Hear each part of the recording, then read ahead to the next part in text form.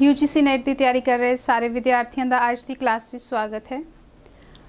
आपां पिछली कुछ क्लासिस दे विच सूफी मत के उत्ते डिस्कस कर रहे हाँ। सूफीवाद नूं लैके कि सूफीवाद का निकास किवें होया ते सूफीवाद का विकास किवें होया। निकास दे विच आपां 2 या 3 लैक्चर कवर किए ने। जेकर तुसीं सूफीवाद के निकास के बारे नहीं अजे तक पढ़िया तो साडी यूट्यूब चैनल ते जाके प्लेलिस्ट के अंदर तुसी वेख सकते हो, जिस दे विच आपां सूफीवाद के निकास नूं लैके 3 लैक्चर या 4 लैक्चर कवर किए ने। उस दे बाद आपां शुरुआत की सी कि सूफीवाद का विकास किवें हुंदा है, सूफी विचारधारा जो है वो विकसित किवें हुंदी है।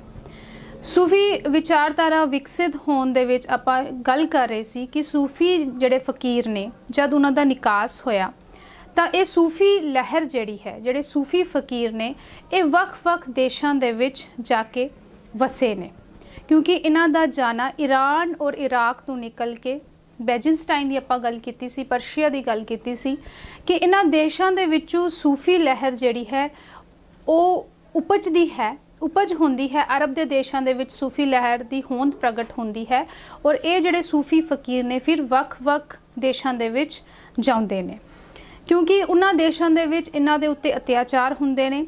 सच की तलाश विच, प्रभु के इश्क दे विच ये मस्त जिहड़े फकीर ने ये फिर वख-वख देशों के विच आके अपना वसेरा करते हैं।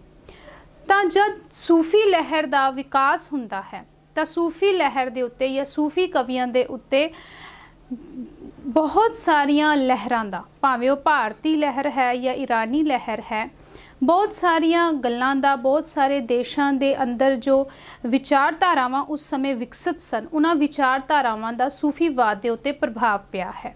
आपां पिछली क्लास दे विच वेख्या कि किवें जिहड़े सूफी कवि ने वो ईरानी प्रभाव भी कबूलते हैं, वो ईसाई प्रभाव भी कबूलते हैं तो बौद्ध धर्म का प्रभाव भी जिहड़ा है वो सूफियां दे उत्ते पैंदा है। तो अज की क्लास विच, क्योंकि पिछली क्लास दे विच आपां शुरुआत की सी कि किवें वख-वख धर्मां दा प्रभाव जिहड़ा है, वख-वख देशों का प्रभाव जिहड़ा है, जिन्हां देशों के अंदर वख-वख धर्म विकसित ने, उन्हां दा प्रभाव किवें सूफीवाद दे विच आया, सूफी फकीरां ने वो प्रभाव जिहड़ा है कबूलिया। सूफीवाद दे अंदर जिहड़े वख-वख विचारधारावां आईयां ने वो किवें सूफीवाद के अंदर आईयां, किवें उन्हां दा विकास सूफीवाद के अंदर होया। ये पिछली क्लास दे विच आपां 3 प्रभाव कर चुके हाँ कि सूफी कवियों के उत्ते ईरानी प्रभाव पिया है, ईसाई प्रभाव उन्होंने कबूलिया तो बौद्धी प्रभाव उन्होंने कबूलिया। अज की क्लास विच आपां करांगे कि नव अफलातूनी प्रभाव जिहड़ा है वो भी सूफियां ने कबूलिया। और 5वीं था है भारती प्रभाव, क्योंकि जेकर असी सूफीवाद की गल करिए तो ईरान, इराक, बगदाद या भारत की गल करिए तो बहुत वड्डे केंद्र रहे ने सूफीवाद। और भारत के अंदर जिहड़े सूफी कवि होए ने, इन्होंने भारतीय विचारधारा नूं, या कह लीए सीधे तौर पर कह लीए कि पंजाबी जिहड़ी भाषा है, पंजाबी भाषा नूं लिशकाउण दे विच, उसनूं मांझण दे विच सूफी कवियों का जिहड़ा है बहुत वड्डा योगदान रहा है। तो भारतीय प्रभाव इन्होंने किवें कबूलिया उसकी गल भी अज की क्लास दे विच करांगे। जेकर तुसी ये जिहड़ा सबजैक्ट आपां शुरू किया सी कि सूफी मत उत्ते होर धर्मां दा प्रभाव, ये मेन कॉन्सैप्ट जो आपां सूफीवाद के विकास दे विच पढ़ रहे हाँ। जेकर तुसी ये अज की क्लास अटेंड करन तो पहला पिछली क्लास जरूर वेखना इसकी, क्योंकि वो अज ये दूजी क्लास है। पहली क्लास आपां कर चुके हैं जिस दे विच आपां 3 प्रभाव जिहड़े ने वो पढ़ चुके हाँ। अज चौथी क्लास, अज आपां देखना है कि चौथा प्रभाव किहड़ा रहा सूफीवाद के उत्ते, तो वो है नव अफलातूनी प्रभाव। भाव कि नव अफलातूनी प्रभाव भी जिहड़ा है वो सूफीवाद के अंदर सानू वेखण नूं मिलता है। हुण आप जी का क्वेश्चन होवेगा कि नव अफलातूनी प्रभाव की है। जेकर अफलातून की गल करिए, अफलातून जिहड़ा है वो बेसिकली आपां सारिਆਂ ने ही पढ़िया है कि प्लेटो जिहड़ा है, प्लेटो ये जिहड़ा है ये ग्रीक दे विच एक फिलोसफर होया, जिसने अपनी वक्री विचारधारा दी, एक दार्शनिक होया। प्लूटो दे विचारां नूं ही नव अफलातूनी प्रभाव कहा गया है, क्योंकि जब असी ਉਰਦੂ ਲਿਟਰੇਚਰ ਦੇ ਵਿੱਚ ਵੇਖਦੇ ਹਾਂ ਤਾਂ ਉਰਦੂ ਲਿਟਰੇਚਰ ਦੇ ਵਿੱਚ ਪਲੂਟੋ ਨੂੰ ਹੀ ਅਫਲਾਤੂਨ ਕਿਹਾ ਗਿਆ ਹੈ। ਅਫਲਾਤੂਨ ਨਾਂ ਦੇ ਨਾਲ ਇਸ ਨੂੰ ਸੰਬੋਧਿਤ ਕੀਤਾ ਗਿਆ ਹੈ। ਤੇ ਨਵ ਅਫਲਾਤੂਨੀ ਪ੍ਰਭਾਵ ਹੋ ਗਏ ਕਿ ਪਲੂਟੋ ਦੇ ਜਿਹੜੇ ਵਿਚਾਰਧਾਰਾ ਸੀ, ਪਲੂਟੋ ਔਰ ਅਰਸਤੂ, ਜੋ ਆਪਾਂ ਦੋਨੋਂ ਜਿਹੜੇ ਫਿਲਾਸਫਰ ਰਹੇ ਨੇ, ਕਿਉਂਕਿ ਪਲੂਟੋ ਦਾ ਜਿਹੜਾ ਅਰਸਤੂ ਹੈ ਉਹ ਪਲੂਟੋ ਦਾ ਜਿਹੜਾ ਹੈ ਟੀਚਰ ਹੈ। ਤਾਂ ਇਹਨਾਂ ਦੋਨਾਂ ਦੇ ਜਿਹੜੀ ਵਿਚਾਰਧਾਰਾਵਾਂ ਸਨ ਉਹਨਾਂ ਦਾ ਪ੍ਰਭਾਵ ਸੂਫੀਵਾਦ ਦੇ ਅੰਦਰ ਕਿਵੇਂ ਆਇਆ।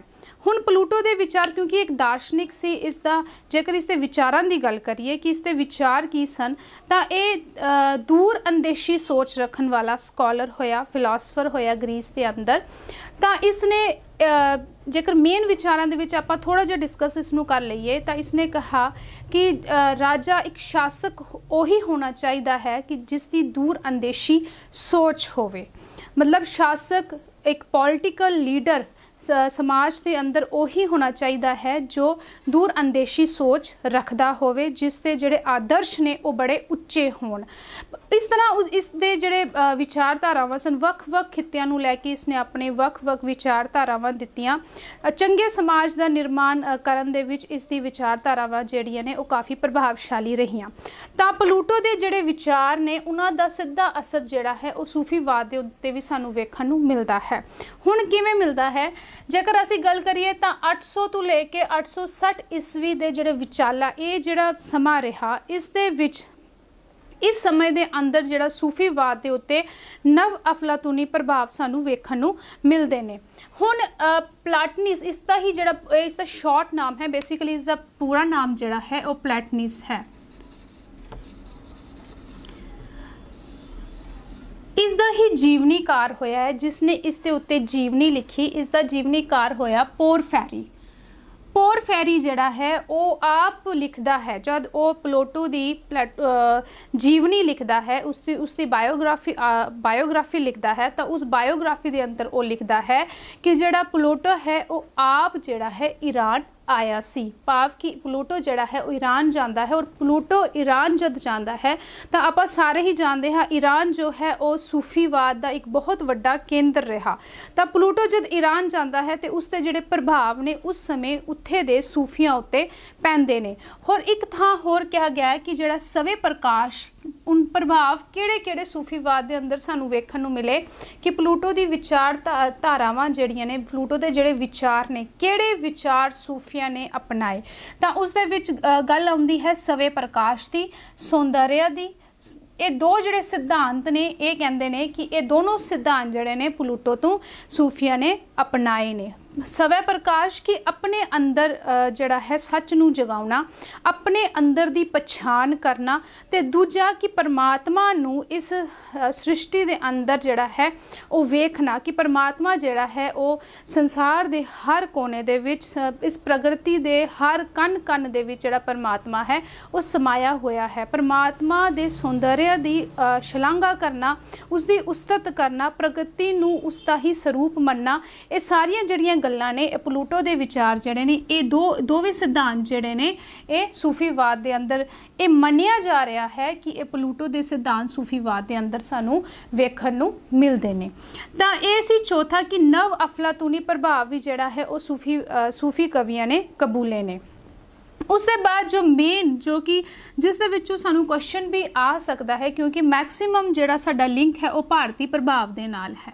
तो भारतीय प्रभाव नूं आपां चंगी तरह पढ़ना है कि ये आपां सारे जानते हाँ कि भारत जिहड़ा है वो सूफीवाद का बहुत वड्डा केंद्र रहा। भारत दे अंदर सूफी लहर काफ़ी विकसित हुई और खास तौर पे पंजाबी सभ्याचार की गल करिए या पंजाबी खिते की गल करिए तो सूफियां दा बहुत वड्डा योगदान जिहड़ा है वो रहा है।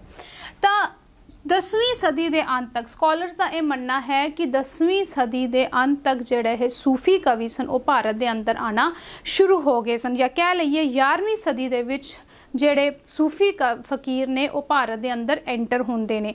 भावें तो कुछ स्कॉलर्स ये भी लिखते हैं कि जब मुस्लिम भारत के अंदर एंटर होंदे ने तो मुस्लिम्स के नाल ही जिहड़ी सूफी लहर है वो भारत के अंदर एंटर हुंदी है। पर मैक्सीमम जेकर असी बुक्स की गल करिए, किताबां की गल करिए, तो उन्हां किताबां दे अंदर सानू यही मिलता है कि 11वीं सदी के अंदर या 10वीं सदी के अंत और 11वीं सदी के शुरुआती दौर के अंदर जिहड़ी सूफी लहर है वो भारत के अंदर एंटर हुंदी है, तो 12वीं सदी दे विच वो सूफी लहर भारत दे विच काफ़ी विकसित हो जाती है। हुण इस जो ये सूफी लहर है जब भारत के अंदर एंटर हुंदी है, सूफी कवि जड़े आउंदे ने ते उन्हां दे विच जड़े मेन कवि ने, जड़े मेन सूफी फकीर सानू वेखण नूं मिलदे ने, वो है इमाम नासरुद्दीन, जो कि जिन्हां दा जलंधर दे विच मकबरा भी रहा। पंजाब की जेकर गल करिए तां सूफी उद्दीन जो कि मुल्तान के अंदर जिन्होंने अपना वसेरा किया, सूफी उद्दीन, शेख इस्माइल बुखारी जड़े ने, मीर हुसैन जंजानी, अबल हुसैन, ये 13वीं सदी के जड़े ये सूफी फकीर होए ने जिन्हों ने 13वीं सदी के अंदर भारत के अंदर एंटर किया। 13वीं सदी के दौर के ये सूफी फकीर मन्ने गए ने। और मेन जड़ा आप देखते हाँ सैयद अहमद जिसनों लखी दाता भी कहा गया या सखी सरवरिया का इतिहास आप पढ़ते हाँ, गुरु अर्जन पातशाह जी के समय भी ये काफ़ी जी सूफी फकीर ने जड़े जिन्होंने सखी सरवरिए आख्या जाता सी, ये जड़े फकीर ने इन्हां दा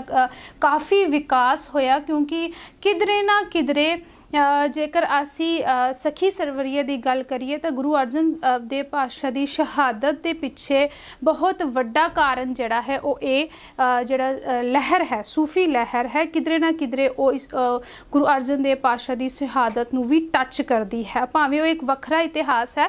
पर जेकर असी सैयद अहमद की गल करिए जिसनों लखी दाता और सखी सरवरी के नाम के नाल भी ये प्रसिद्ध होया, तो ये जड़े सूफी कवि ने जो 11वीं 12वीं या 13वीं सदी के अंदर भारत के अंदर आउंदे ने। उसके बाद अल हुज़विरी ये जड़ा सूफी फ़कीर है, ये सूफी फ़कीर ने बहुत सारा सूफी इतिहास भी लिखिया, सूफीवाद के उत्ते बहुत सारिया किताबां भी लिखिया इस सूफी फ़कीर ने, अल हुज़विरी। तो इस तरह बहुत सारे होर भी सूफी फकीर ने जो भारत के अंदर 12वीं और 13वीं सदी के विच एंटर होंदे ने। उसके बाद जेकर असी गल करिए तो बहुत सारे संप्रदावां आपां भारत के अंदर वेखते हाँ, चिश्ती संप्रदाय है, सुहारवादी लहर है, सोहरावादी लहर है। तो इस तरह दी बहुत सारिया लहरां जड़ियां ने उन्हां दा विकास भारत के अंदर हुंदा है, भावें वो एक अलग विषय है, उसके उत्ते भी आपां अगली क्लासिस दे विच डिस्कस करांगे कि किवें किवें जिहड़ी वख-वख लहरां दा जन्म, सूफी लहरां दा जन्म या सूफी संप्रदावां दा जन्म जिहड़ा है वो भारत के अंदर हुंदा है, वो किवें विकसित होंदियां ने, उन्हां दे मोढी किहड़े ने, उन्हां दे केंद्र कित्थे कित्थे स्थापित हुंदे ने। तो ये सारियां गल्लां आपां अगली क्लास दे विच करांगे। पर अज दा जो टॉपिक है उसदे विच आपां सिर्फ यही देखना है कि भारतीय प्रभाव जिहड़ा है वो सूफियां ने किवें कबूलिया, किहड़े भारतीय विचारधारावां जिहड़े सानू सूफीवाद के अंदर विकसित हुई मिलदियां ने।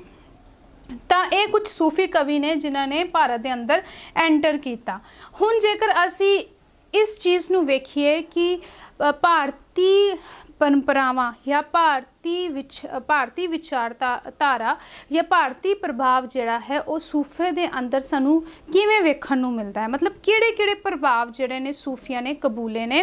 तो उस दे विच जिहड़ा बर्ट्रांड कसल है एक दार्शनिक होया जो लिखदा है कि धर्म, दर्शन, चिकित्सा, गणित, खगोल ये जिहड़ियां चीज़ां ने, मतलब धर्म दा ज्ञान, उसके बाद चिकित्सा मैडिकल जड़ा है, गणित भाव मैथामैटिक्स आप कह लीए, तो खगोल मीनस तारा विज्ञान मतलब स्टडी ऑफ स्टार्स। कहते ये जड़ियाँ चीज़ां ने, ये सारिया चीज़ां जड़ी सूफिया ने, सूफी फकीरां ने या अरब के लोगों ने बेसिकली वो इत्थे जड़ी टर्म यूज़ करता है, वो टर्म यूज़ करता है अरब के लोगों ने।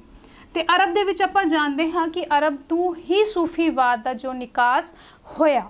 तो अरब के लोगों ने भाव कि सूफिया ने भी लोगों ने यह जड़ा ज्ञान है, धर्म का ज्ञान, दर्शन, चिकित्सा, गणित, खगोल और तारा विज्ञान, ये जड़ा ज्ञान है अरब के लोगों ने भारतीय लोगों कोलों सीखिया या भारतीय लोगों कोलों लिया। ये कौन कह रहा है? ये कह रहा है एक दार्शनिक बर्ट्रांड कसल, जिसका नाम बर्ट्रांड कसल है। उसके बाद जेकर असी वेखिए तो 11वीं सदी दे विच जेकर भारत की गल करिए तो भारत के अंदर योग मत जिहड़ा है वो विकसित हो चुका सी। योग मत भावें भारत के अंदर 11वीं सदी तो ही विकसित नहीं सी, काफ़ी पुराने समय तो योग मत जिहड़ा है वो वेद जिहड़े ने वेद शास्त्र आपां पढ़दे हाँ वो भारतीय परंपरा के अंदर सानू वेखण नूं मिलदे ने। ते जद सूफी लहर जिहड़ा है लहर जिहड़ी है वो भारत के अंदर एंटर करती है तो सूफी फकीरां दा जिहड़ा वास्ता है या जिहड़ा उन्हां दा संबंध है या वो जिहड़े सूफी फकीर ने वो योगियां दे नाल अपने संबंध कायम करते हैं, भाव कि उन्हां दा जिहड़ा राबता है वो योगियां दे नाल, क्योंकि भारत के अंदर उस समय योगी जिहड़े सन वो धार्मिक आगू मन्ने गए, धार्मिक आगू सन और धर्म के जिहड़े कि आपां कह सकते हाँ कि धर्म नूं फैलाउण दे विच योगियां ने भी काफ़ी योगदान दिता। सनातक धर्म नूं फैलाउण दे विच योगियां दा काफ़ी योगदान रहा। तां सूफियां ते योगियां दा जिहड़ा मिलाप है वो 11वीं सदी के अंदर हुंदा है।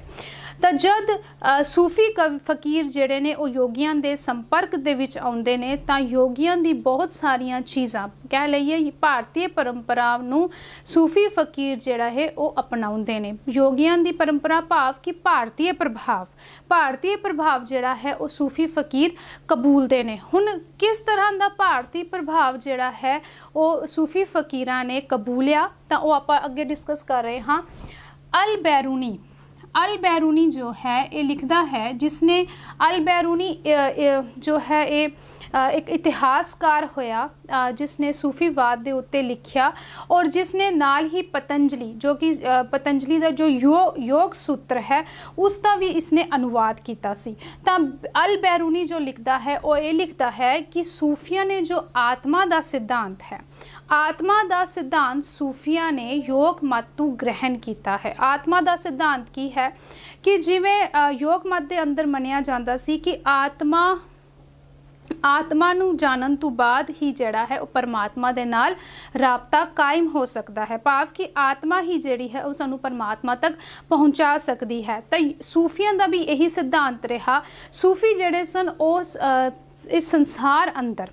इस संसार अंदर आत्मा नू सुत्ती हुई मनते सन और जो बहिश्त दे विच जड़े सूफी सन वो समझते सन कि बहिश्त दे विच जड़ी आत्मा है वो जागदी है ते आत्मा तू ही आसी परमात्मा तक पहुँच सकते हैं, भाव कि आत्मा साडी आत्मा दा मिलाप जड़ा है वो परमात्मा दे नाल होना है। तो ये जड़ा कॉन्सैप्ट है आत्मा दा जड़ा कॉन्सैप्ट है कि साडी आत्मा ने परमात्मा तक पहुँचना है, आत्मा एक वसीला है सानू परमात्मा तक ले जाऊँ दा, भाव कि आत्मा जो है परमात्मा दा अंश है। तो ये जो कॉन्सैप्ट है ये कॉन्सैप्ट जड़ा है अल बैरूनी लिखता है कि ये कॉन्सैप्ट जड़ा है सूफिया ने योगियां तो लिया, योगियां तो ग्रहण किया या सीधे तौर पर कह लीए कि वेदां तो शास्त्रां तो जड़ा प्रभाव ये वाला सूफिया ने कबूलिया है। भावें इस विच कितनी को सच्चाई है आपां इसनूं ये नहीं कह सकते कि पूर्ण तौर पर इस दे विच ऑथेंटिसिटी है, क्योंकि एक स्टडी का विषय है। मैं हर बार इस चीज़ नूं अपनी क्लास के अंदर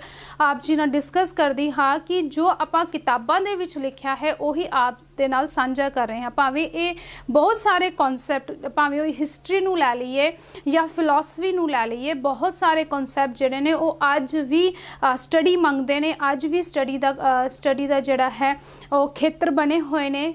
पर जितना को आपां किताबां दे विच पढ़ रहे हाँ, जितना को सानू मैटर मिलता है आपां ओही डिस्कस कर रहे हैं। इस विच कितनी को सच्चाई है कि आत्मा का सिद्धांत जड़ा सूफिया ने योग मत तो ग्रहण किया, इस दे उपर आपां ये स्टैंप नहीं लगा सकते कि पूरी ऑथेंटिसिटी दे नाल आपां कह लीए कि ये जड़ा सिद्धांत है सूफिया ने योग मत तो ग्रहण किया। तां दूजा उसके बाद है मुक्ति। योग मत के अंदर या वेद शास्त्रां दे अंदर जड़ा है मुक्ति का कॉन्सैप्ट है और सूफीवाद के अंदर इसे मुक्ति नूं निजात कहा गया है, भाव कि मुक्ति का कॉन्सैप्ट और निजात का कॉन्सैप्ट ये दोनों कॉन्सैप्ट जड़े ने ये आपस विच मिलते हैं। मुक्ति भाव कि आपां इस संसार तो मुक्त होकर परमात्मा दे विच लीन हो जाना है। तो यही कॉन्सैप्ट सूफियां दे विच भी वेखण नूं मिलता है। तो इस तरह कहा जा सकता है कि ये दोनों कॉन्सैप्ट सेम ने, हो सकता है कि योग मत तो ही एक कॉन्सैप्ट सूफिया ने ग्रहण किया होए। तो आगे है ज्ञान जो कि योग मत के अंदर सानू वेखण नूं मिलता है। ज्ञान जो सच का ज्ञान है, ज्ञान मीनस नॉलेज, पर नॉलेज केड़ी दुनियावी नॉलेज नहीं कहा गया, इत्थे अध्यात्मिक ज्ञान की गल की गई है, परमात्मा के ज्ञान की गल की गई है, सच के ज्ञान की गल की गई है, सवे प्रकाश की गल की गई है कि अपने अंदर दे सच नूं पछाणना, अपनी आत्मा नूं पछाणना, परमात्मा दे मार्ग उत्ते आपां चलना किवें है, परमात्मा तक पहुँचना किवें है, उस सच दे मार्ग नूं पहचानना, उसका ज्ञान हासिल करना, उसनूं असल ज्ञान कहा गया है योग मत के अंदर। तो इसे चीज़ नूं सूफी मत के अंदर मार्फत ना दा लफ्ज़ दिता गया है दोनों ही ज्ञान, दोनों का मतलब ही ज्ञान है, नॉलेज हासिल करना, परमात्मा के सच नूं पहचानना, पर दोनों एक जगह योग मत के अंदर इसनूं ज्ञान नाल संबोधित किया गया है और दूजे सूफी मत के अंदर इसनूं मार्फत का नाम दिता गया है। सूफियां दे अंदर ज्ञान नूं, सच दे ज्ञान नूं क्या की कहा गया है, मार्फत कहा गया है।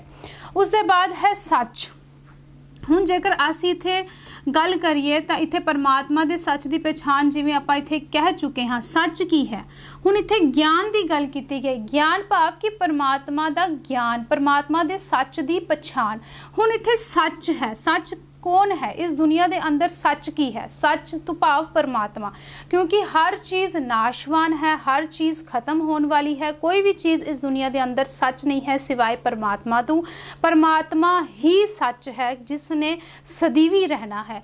तो इत्थे योग मत के अंदर या वेद शास्त्रा के अंदर इसनूं सच कहा गया है और सूफीवाद के अंदर इसनूं रब हक कह के संबोधित किया गया है। हुण जो चौथी गल आउंदी है वो है प्राणायाम, जिसनों आप योगा भी आखते हैं, जो कि अज दे समाज दे विच काफ़ी विकसित हो चुका है। अज भी आप वेखते हैं कि योग नूं किवें जो है फैलाया जा रहा है, उसनूं विकसित किया जा रहा है, उसकी शलाघा की जा रही है। अज की जिहड़ी पनीरी है वो योग मत नूं काफ़ी हद तक एडॉप्ट कर चुकी है। तो परिणाम जो है योगियां दा योग मत के अंदर सानू वेखण नूं मिलता है और इसे चीज़ नूं परिणाम नूं ही जिहड़ा है वो सूफीवाद के अंदर कहते हैं कि ये जिहड़ा कॉन्सैप्ट है ये सूफिया ने योग मत तो लिया और इसे नूं सूफीवाद के अंदर की कहा गया है, पास से अनफस, या सूफी मत के अंदर इसनूं इस टर्म नाल भी संबोधित किया गया है, हब देसम का नाम मतलब प्राणायाम मतलब योगा। इस चीज़ योगा नूं सूफिया ने योग मत तो ग्रहण किया। तो ये कुछ ये टर्म्स ने जो इंपॉर्टेंट टर्म्स ने जो नैट के पेपर अंदर पूछिया भी जांदियां ने कि मार्फत का मतलब की है, या कह लीए परिणाम जो है सूफी मत के अंदर उसनूं उसके लिए योगा के लिए किहड़ी टर्म वरती जाती है। तो ये कुछ बेसिक टर्म्स ने जो कि सूफीवाद के अंदर सानू वेखण नूं मिलदियां ने। तो इन्हां टर्म्स का खास ध्यान रखना। अगली क्लास दे विच कुछ ऐसी टर्म्स भी तुहाडे नाल डिस्कस करांगे जो कि सूफीवाद के अंदर काफ़ी जिहड़ी इंपॉर्टेंस रखदियां ने।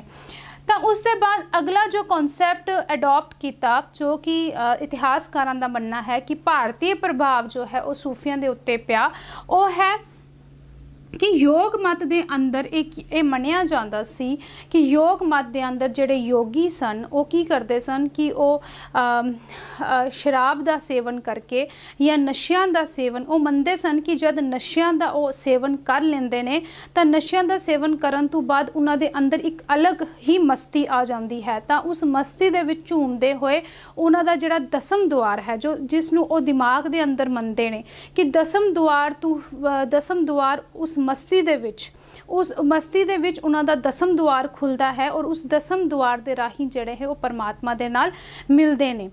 जिसका खंडन जेकर असी गल करिए तो गुरमत के अंदर जिसका खंडन भी किया गया है, गुरु नानक पातशाह ने जिस चीज़ का खंडन भी किया है, तो आपां वो एक अलग कंसैप्ट है, उसके उत्ते आपां विचार नहीं करनी, सिर्फ तुहानूं समझाण मात्र कि 6 चक्कर जिहड़े ने योग मत के अंदर मन्ने गए ने जो कि सूखम ने, जो दिखाई नहीं देंदे। ये मनते ने कि साडे शरीर के अंदर 6 चक्कर ने, भाव कि राही साडे पेट दे अंदर जिवें योग दे राही जिहड़े अपनी आंदड़ियां नूं घुमा के दसम एक मतलब योग साधना करके इस कह लीए कि योग साधना करके दसम द्वार तक ये पहुँचते ने। दसम द्वार के बाद इन्हां दा जिहड़ा मिलाप है वो परमात्मा नाल हुंदा है। ऐसी आइडियोलॉजी जिहड़ी है योग मत दे अंदर सानू वेखण नूं मिलदी है कि साडे शरीर दे अंदर 6 चक्कर जो कि सूखम ने, जो दिखाई नहीं देंदे, योग साधना करके उन्हां चक्रां दे राही साडा दसम द्वार जिहड़ा है वो खुलदा है, जो कि इन्हां चक्रां दा ही एक पार्ट है। दसम द्वार दे राही ये परमात्मा तक मिलते हैं। तो योग मत दे अंदर 6 चक्रां की गल की गई। सेम कॉन्सैप्ट जिहड़ा है वो सूफीवाद दे अंदर सानू मिलता है। इत्थे 6 चक्कर कहा गया है और उसे कॉन्सैप्ट नू सूफीवाद दे अंदर 6 लताइफ भी कहा गया, यानी 6 लतीफ जिहड़े ने ये अपने शरीर दे अंदर मनते हैं। सूफी जिहड़े ने ये मनते हैं कि साडे शरीर दे अंदर 6 लतीफ ने और उन्हां लतीफ़ां राही ही जिहड़ा है परमात्मा तक पहुँचा जा सकता है और सूखम ने वो दिखाई नहीं देंदे। इस दी गल आपां अगली क्लास दे विच करांगे, उसनूं डिस्कस करांगे कि वो 6 लतीफ जिहड़े ने वो किहड़े-किहड़े साडे शरीर दे अंदर सूफियां ने मन्ने ने। तो ये जड़ा है ये एक वखरा कॉन्सैप्ट जड़ा मिलता है कि सूफिया ने यह प्रभाव भी जड़ा है वो योग मत तो ग्रहण किया।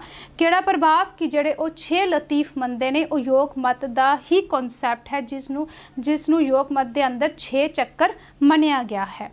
उसके बाद अगला प्रभाव केड़ा है वो है भारतीय संगीत। जेकर भारतीय संगीत की गल करिए तो आप वेखते हाँ सनातन धर्म के अंदर भारत की पुरानी हिस्टरी नूं लै लीए कि किवें मंदिरां दे अंदर या जिहड़े धार्मिक स्थल सन उस समय उन्हां दे अंदर जिहड़े सनातन लोग सन वो किवें संगीत राही जिहड़ी परमात्मा की उस्तति करिया करते सन। संगीत के उत्ते नाच भी किया जाता सी। भारतीय मंदिरां दे अंदर नाच किया जाता सी, परमात्मा की उस्तति की जाती सी, संगीत गाया जाता सी। तो ये कॉन्सैप्ट जिहड़ा है ये जिहड़े इतिहासकार ने लिखते हैं कि भारतीय संगीत जिहड़ा है ये जिहड़ा कॉन्सैप्ट है ये भी सूफिया ने अपनी सूफी विचारधारा के अंदर एडॉप्ट किया। क्योंकि जब असी सूफीवाद नूं पढ़ते हाँ तो सूफीवाद दे विच आपां कवाली जिहड़ा है कवाली जिहड़ा कॉन्सैप्ट है वो वेखते हाँ। कवाली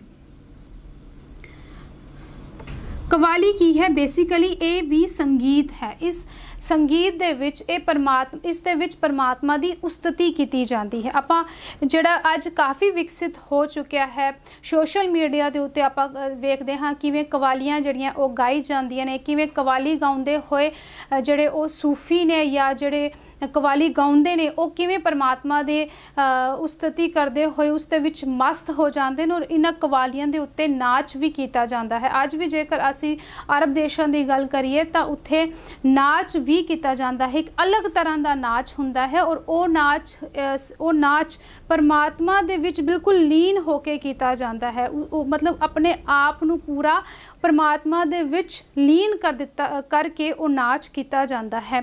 तो ये जड़ा कॉन्सैप्ट है कि सनातन धर्म दे विच भारतीय जब संगीत गाया जाता सी संगीत दे नाल नाल नाच भी करके परमात्मा की उस्तति की जाती सी। तो इतिहासकार लिखते हैं कि यही कॉन्सैप्ट जिहड़ा है वो सूफिया ने अपनाया। इसे कॉन्सैप्ट नूं इत्थे भावें असीं भारतीय संगीत कहिए तो इत्थे इसनूं समा कहा जाता है। समा सूफीवाद के अंदर इसनूं समा कहा जाता है जिसते समा तो भाव कि संगीत के उत्ते नाच भी करना, संगीत के उत्ते नाच भी करना। जब कवाली गाउंदे होए सूफी फकीर जड़े वो मस्त हो जाते सन, परमात्मा की उस्तति करते हुए वो गाउंदे भी सन ते नाच भी करते सन। तो ये कॉन्सैप्ट भी जड़ा है ये भारतीय जड़ा सूफीवाद के अंदर सानू कवाली या नाच देखने को मिलता है ये भी भारतीय प्रभाव तो ही आया है। हुण उसके बाद है गुरु। हुण जेकर असी भारत दे विच या भारतीय विचारधारा की गल करिए, भारत के अंदर वख-वख धर्म होए ने या सनातन धर्म की गल करिए या सिख धर्म की भी गल कर लीए तो सनातन धर्म के विच भी जिहड़ा है गुरु नूं काफ़ी इंपॉर्टेंस दी गई है, टीचर नूं काफ़ी इंपॉर्टेंस दी गई है कि गुरु जिहड़ा है वो सानू मुक्ति तक ले जाता है। भाव कि गुरु द्वारा ही मुक्ति इंसान की हुंदी है। जो अज भी जेकर असी अपने ਮਿੱਤਰਾਂ ਨਾਲ ਜੋ ਕਿ ਸਨਾਤਨ ਧਰਮ ਤੋਂ ਬਿਲੋਂਗ ਕਰਦੇ ਨੇ ਉਹਨਾਂ ਨਾਲ ਵਿਚਰਦੇ ਹਾਂ, ਵੇਖਦੇ ਹਾਂ, ਤਾਂ ਇਹ ਮੰਨਣ ਨੂੰ ਆਉਂਦਾ ਹੈ ਕਿ ਜਦ ਵੀ ਆਪਾਂ ਕਿਸੇ ਨਾਲ ਮਿਲਦੇ ਹਾਂ ਤਾਂ ਹਰ ਇਨਸਾਨ ਜਿਹੜਾ ਹੈ ਉਹ ਆਪਣਾ ਕੋਈ ਨਾ ਗੁਰੂ ਜਿਹੜਾ ਹੈ ਉਹ ਧਾਰਨ ਕਰਦਾ ਹੈ।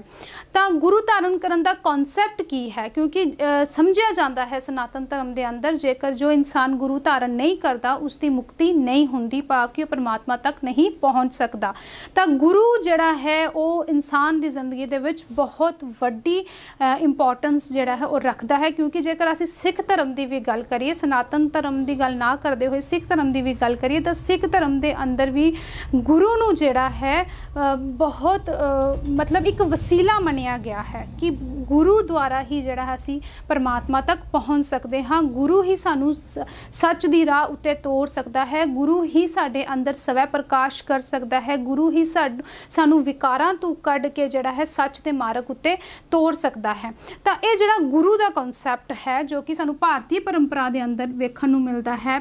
तो ये गुरु का कॉन्सैप्ट जड़ा है ये भी सानू सूफीवाद के अंदर वेखण नू मिलिया कि गुरु इत्थे ये भारतीय परंपरा के अंदर गुरु टर्म वरत्या गया, पर जब असी सूफीवाद की गल करते हाँ तो सूफीवाद के अंदर या मुस्लिम धर्म के अंदर इसनू मुर्शिद कहा गया, भाव मुर्शिद मतलब गुरु, टीचर।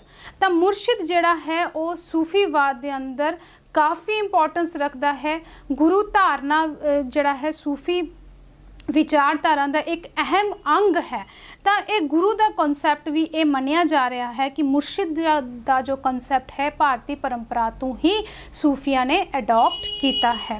हुण आपां इस चीज़ नूं बार बार डिस्कस कर चुके हाँ कि ये जितनी को आपां गल्लां कीतियां कि आत्मा का सिद्धांत या मुक्ति या ज्ञान या प्रणाम या 6 चक्रां का कॉन्सैप्ट है या भारतीय संगीत की गल है या मुर्शिद की गल है, ये सारिया चीज़ां जिहड़ियां ने सूफिया ने भारतीय परंपरा तो अडॉप्ट कीतियां, पर इतनी इस विच कितनी को सच्चाई है आपां इसके उपर स्टैंप नहीं लगाते, जितना को किताबां दे विच आपां जानिया वो आप जी दे नाल इत्थे डिस्कस किया है। तो अज दी क्लास विच आपां वेख्या कि किवें सूफिया ने नव अफलातूनी प्रभाव भी कबूलिया ते किवें सूफिया ने भारतीय प्रभाव भी कबूलिया है।